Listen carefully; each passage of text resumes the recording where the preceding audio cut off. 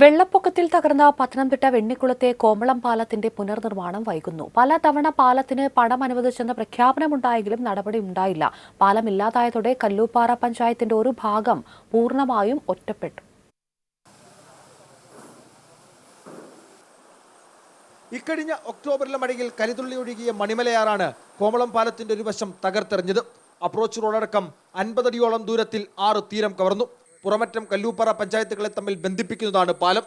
തുരുത്തിക്കാട്, അമ്പാട്ടുഭാഗം, മാരോട്ടുതോപ്പ്, കോമളം, കുംഭമല തുടങ്ങിയ പ്രദേശങ്ങളിലുള്ള ആയിരക്കണക്കിന് ആളുകളെയാണ് പാലം തകർന്നത് ബാധിച്ചത്. അത്യാവശ്യ സാധനങ്ങൾ വാങ്ങാനും സ്കൂളിലേക്കും കോളേജുകളിലേക്കും ആശുപത്രികളിലേക്കും പോകേണ്ടവരും പ്രതിസന്ധിയിലായി. നിലവിൽ 10 കിലോമീറ്ററിലധികം ചുറ്റി വേണം വിദ്യാർത്ഥികളടക്കമുള്ളവർ ലക്ഷ്യസ്ഥാനങ്ങളിലെത്താൻ. പാരസെറ്റമോൾ ഗുളിക 10 രൂപയ്ക്ക് മേടിക്കണമെന്നുണ്ടെങ്കിൽ 300 രൂപ മുടക്കി ഓട്ടോ കൂലി കൊടുത്തു പോകേണ്ട ദയനീയമായിട്ടുള്ള ഒരു സാഹചര്യമാണുള്ളത്. യാതൊരു തരത്തിലും നീതീകരിക്കാനാവാത്ത ഒരു നീതി നിഷേധമാണ് നടന്നിരിക്കുന്നത്. ചില സന്നദ്ധ സംഘടനകൾ ചേർന്ന് താൽക്കാലിക പാലം നിർമ്മിച്ചെങ്കിലും മണിമലയാറ്റിലെ ഒഴുക്കിനെ പ്രതിരോധിക്കാൻ കഴിയാതെ വന്നതോടെ അതും തകർന്നു. കടത്തുവള്ളം ക്രമീകരിച്ചതും ഫലം കണ്ടില്ല. സൈന്യത്തിന്റെ ബെയിലി പാലം നിർമ്മിക്കണമെന്ന ആവശ്യമായി മുൻ രാജ്യസഭാ ഉപാധ്യക്ഷൻ പി ജെ കുര്യൻ കേന്ദ്ര പ്രതിരോധ മന്ത്രിയെ സമീപിച്ചിട്ടുണ്ട്.